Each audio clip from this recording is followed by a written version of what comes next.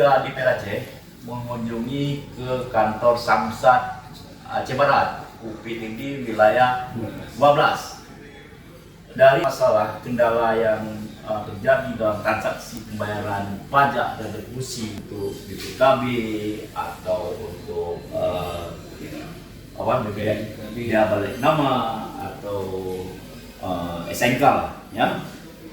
Keluhan yang sudah berjalan seperti hidup di Afrika.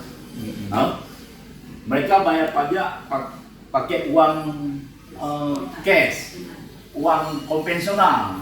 Padahal sekarang sudah ada uang kris, ya. Ada lagi mesin tunai mandiri bayar.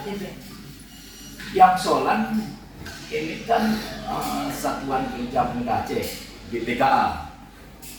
Di bawahnya kan ada BUMN daerah, Bank Aceh.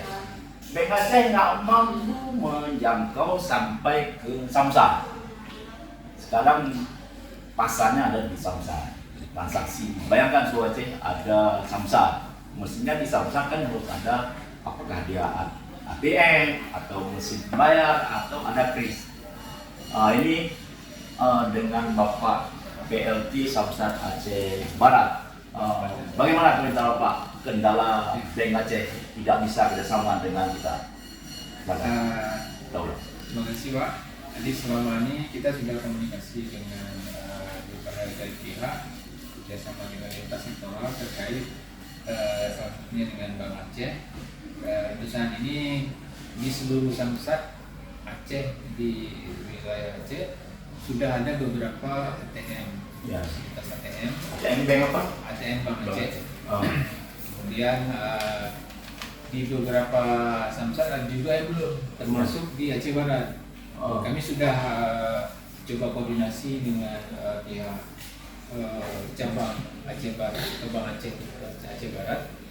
Mudah-mudahan bisa segera terrealisasi pembangunan fasilitas ATM di kantor Samsat. Mengingat kantor Samsat lain ada beberapa pusat kota yang sudah dibangun fasilitas tersebut. Mereka nggak tahu bahwa Samsat di BPKA di Aceh Barat itu udah kelas A, ya? Iya. Makanya nanti kasih kacamata saya sama kepala cabang supaya tahu bahwa ini kelas A, ya? Karena mereka belum pakai kacamata. Oke, saya akan melaporkan ini kepada Dirut Bank Aceh.